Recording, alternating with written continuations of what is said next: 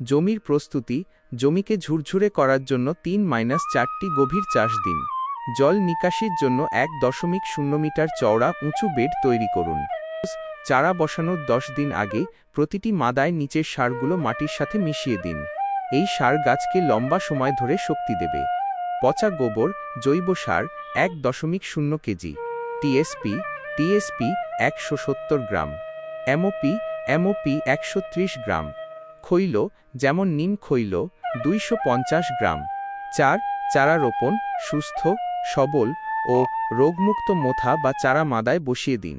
আপনার ক্ষেতে ভালো ফলনের জন্য প্রতি 10টি স্ত্রী গাছের জন্য কমপক্ষে 1টি পুরুষ গাছ, 10% পুরুষ গাছ রোপণ করতেই হবে।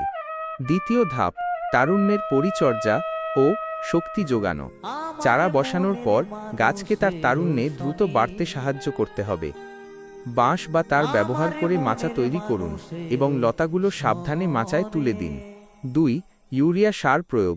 চারা লাগানোর 20 দিন পর প্রথম কিস্তি ইউরিয়া সার দিন।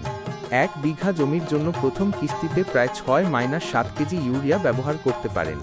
3. লতা ছেঁটে দিন। গাছের গোড়ার দিকের পুরনো, রোগাক্রান্ত বা শুকনো লতাগুলো নিয়মিত ছেঁটে দিন।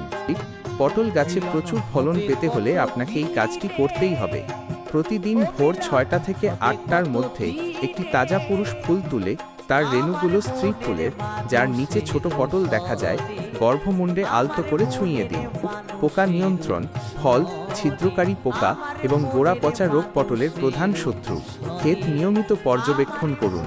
কোনো সমস্যা দেখা দিলেই দেরি না করে কৃষি বিশেষজ্ঞের পরামর্শ অনুযায়ী অনুমোদিত ওষুধ স্প্রে করুন। 2 থেকে 3 দিন অন্তর অন্তর পটল সংগ্রহ করুন।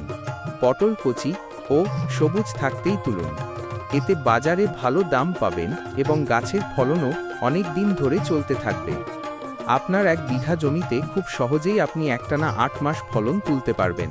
শুভ কামনা রইল আপনার সফল পটল চাষের জন্য।